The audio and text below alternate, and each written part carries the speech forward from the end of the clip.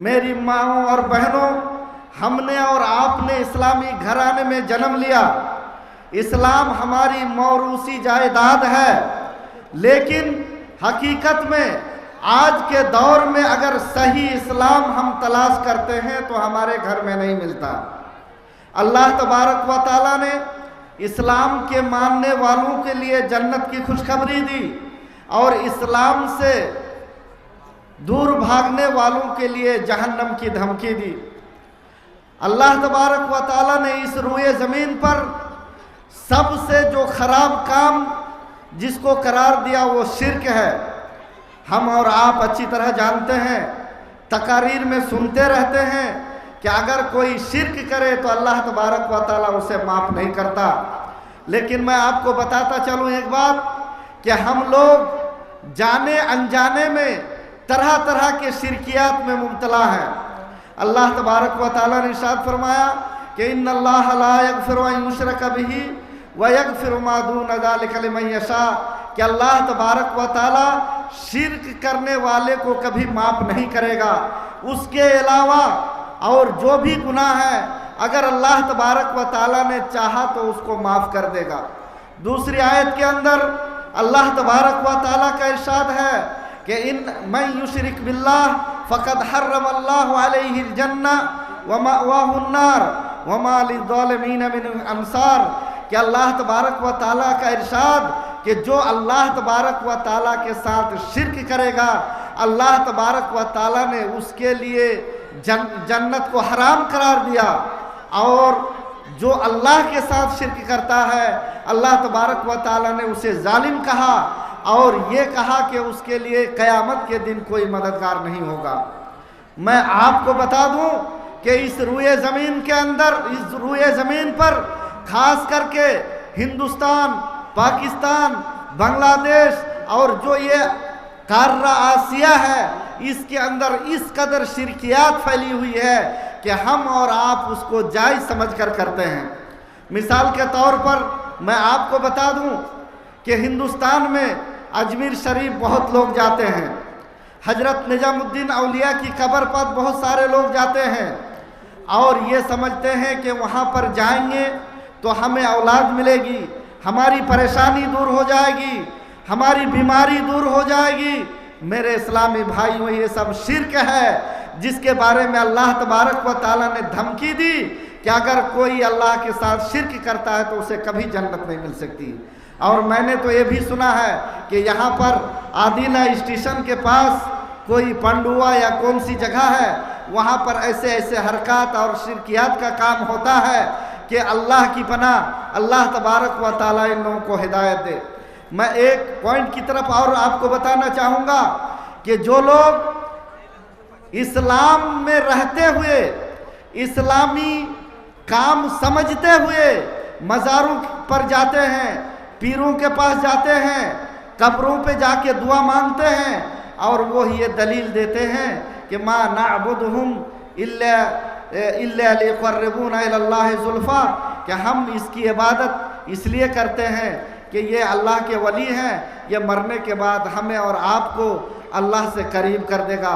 मेरे इस्लामी भाइयों, मैं आपको बताता चलूँ कि आजकल हिंदुओं को हंसी आती है मुसलमान की इबादत पर कि हिंदू लोग वो जो इबादत करते हैं तो उनका मूर्ति, उनका बुत ऊपर होता है, लेकिन हमारे मुसलमान में से आज 50% से ज़्यादा, 60% से ज़्यादा लोग जो मर चुका है उसकी इबादत करते हैं और वो हमारे इस्लाम पर मजाक उड़ाते हैं आजकल।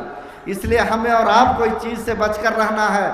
और एक बात मैं बताऊं आपको कि मोहम्मद बिन अब्दुल वहाब ने इस्लाम से खारिज होने वाली बहुत सारी चीज़ों का जिक्र किया, उसमें से इस चीज़ का भी जिक्र है।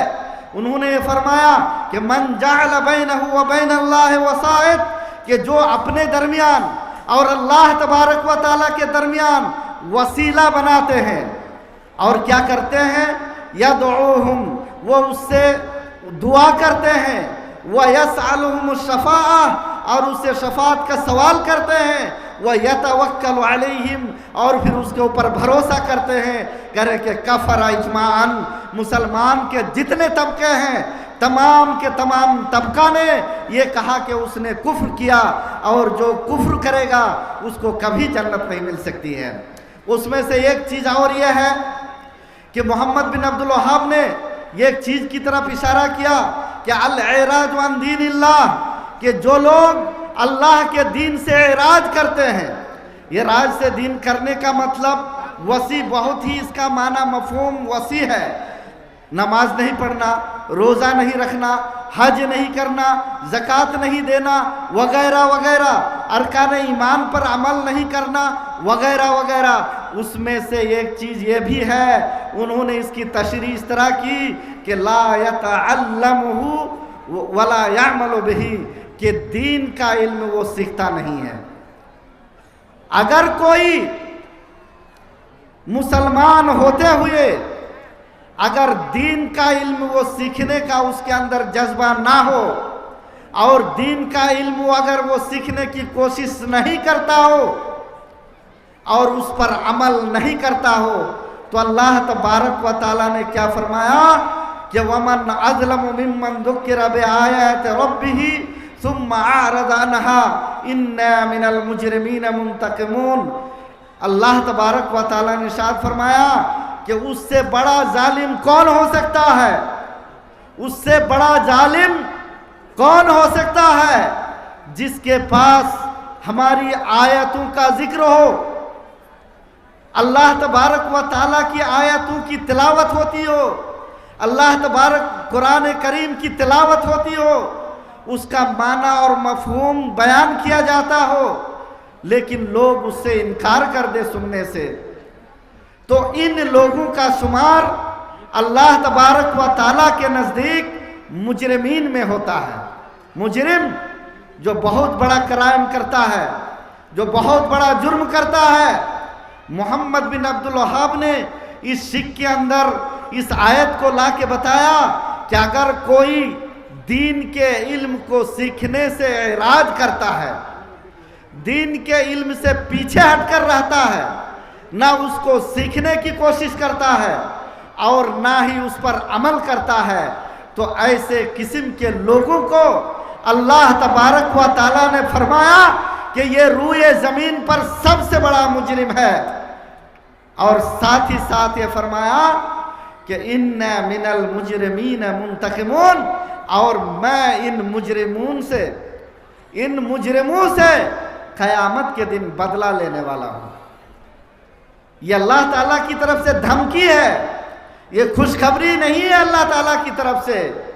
इसलिए मेरे इस्लामी भाइयों, दीन की तालीम आप अपनी औलाद को जरूर दें। उसके बाद आज के दौर में हिंदुस्तान के अंदर हर चीज़ का इल्म अपने बच्चों को आप सिखाएं, हर चीज़ की तालीम अपने बच्चों को दे।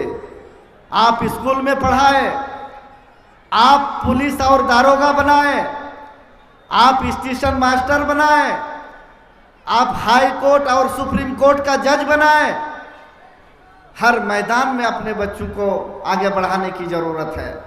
लेकिन बुनियादी तालीम, इल्म, दीन इस्लाम के बारे में जानकारी देना बहुत ज़रूरी है। आज हमारा हिंदुस्तान भी मॉडर्न तालीम की तरफ भागे जा रहा है।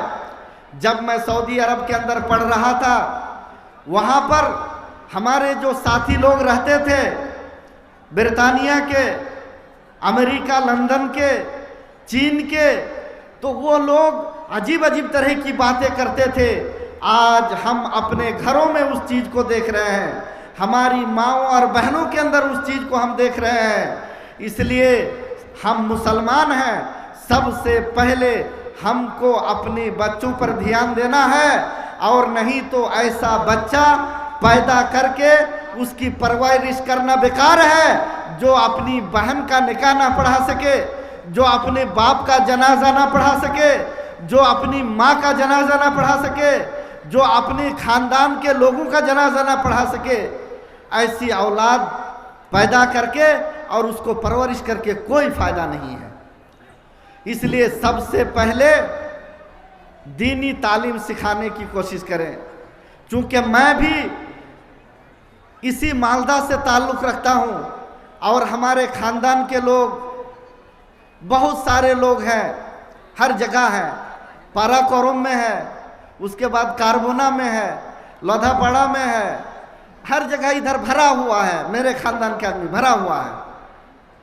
चूँकि मैं जब इस मदरसे में पढ़ रहा था तो उस वक्त इस इलाके में एक बात सुना करता था, मौलवी साहब को कोई बेटी देने के लिए तैयार नहीं होता था, क्योंकि दाढ़ी है इसलिए मौलवी को बेटी नहीं देगा। दाढ़ी जो है उसको जहन्नम में लेके चली जाएगी। सोच की बात मैं कर रहा हूँ, सोच की बात, फिक्र की बात। इस चीज़ को चेंज करना होगा। सबसे पहले आप अपनी बेटी को भी, बेटों को भी दीनी तालीम दे, उसको दीनी तालीम से आरास्ता करें और फिर आगे बढ़ाते जाएं। अगर मैं आपसे ये सवाल करूं अभी आज की इस मजलिस में, जो लोग सिर्फ असरी उलूम की तरफ भाग रहे हैं कि आपके हाई कोर्ट में कितने वकील हैं, मुझे नहीं जवाब मिलेगा कि है। आप लोगों में से किसी को पता है कि आपके मालदा से कितने मुस्लिम हाई कोर्ट में वकील है? किसी को पता है कितने लोग हैं? मालूम है किसी को? कितने होंगे? दो चार होंगे, दो चार होंगे। 100 अगर वकील हैं उसमें दो चार क्या करेंगे? इसलिए हर जिला से 10-10 वकील आप बनाएं और हाई कोर्ट में भेजें, नहीं तो मार भी आप खाएंगे, केस आप ही पर होगा, जेल भी आप जाएंगे। मोदी का शुक्र अदा करना चाहिए मुसलमानों को। अभी जो हुकूमत है हालिया, उनका शुक्रिया अदा करना चाहिए। क्यों? इसलिए कि मुसलमान सो रहे थे, मोदी ने आके जगाया, मोदी ने जगाया। अब बेदार होने का वक्त है ये कि हर मैदान में, हर जगह में हम अपने बच्चों को पहुंचाने की कोशिश करें। और हम लोगों ने ये ठान लिया है कि आप दारोगा में भी पढ़ाएंगे और पुलिस में भी अपने बच्चों को पढ़ाएंगे, मेडिकल में अल्लाह के फजलो करम से अररिया, पूर्णिया, कटिहार के अंदर बहुत सारे डॉक्टर बन के आ गए, पीएचडी करके आ गए। अब हम लोग पुलिस में भी भेज रहे हैं, वकील भी बनाने की कोशिश कर रहे हैं, ताकि हर जगह पे हमारा आदमी मौजूद हो, ताकि हमें मार खा के जेल भी ना जाना पड़े। इसलिए अभी बेदार होने का वक्त है और इस चीज़ को हरगिज ना भूले कि दीनी तालीम के बगैर हमारी कोई छुट्टी है। वही हमारा असल रूह है, वही हमारा दीन है, वही हमारी जान है, वही सब कुछ है। मैं यहीं से अपनी बातों को ख़त्म करता हूँ। मैं समझ रहा हूँ कि आप लोगों को उकताहट हो रही है। मैं सोच रहा था कि 1 घंटा बोलूँ, लेकिन चूँकि चंदा का वक्त है, चंदा भी होगा। आप लोगों से जिससे जो कुछ होगा आप ज़रूर देखे जाएंगे। और इस मदरसे के फारेगीन, इस मदरसे से जो लोग पढ़े हुए हैं, उनके लिए ज़रूरी है कि वो इस मदरसे का पूरा ख्याल रखे। अगर कोई तिजारत में है, अगर कोई नौकरी कर रहे हैं, तो कम से कम 1 महीने की तनख्वाह वो ज़रूर देकर जाएं, ताकि ये इदारा आगे बढ़ता रहे और यहाँ से दीनी तालीम लोगों तक पहुँचती रहे, दीन का फ़रोग होता रहे, दीन इस्लाम लोगों तक अच्छा खालिस दीन इस्लाम पहुँचता रहे और हम लोगों को यहाँ से फ़ायदा होता रहे। यही से मैं अपनी बातों को ख़त्म करता हूँ। आखिर में दुआ है कि अल्लाह तबारक व ताला हम लोगों को दीन समझने की तौफीक अता फ़रमाए, अपने बाल बच्चों को दीनी तालीम सिखाने की तौफीक अता फ़रमाए।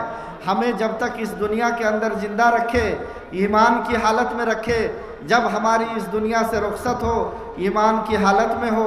व आखिर दावानिल हम्दुलिल्लाहि रब्बिल आलमीन। अस्सलामु अलैकुम व रहमतुल्लाहि व बरकातुहू। मोहतरम सामीन, अब तक आप जिनकी तकरीर समाअत फरमा रहे थे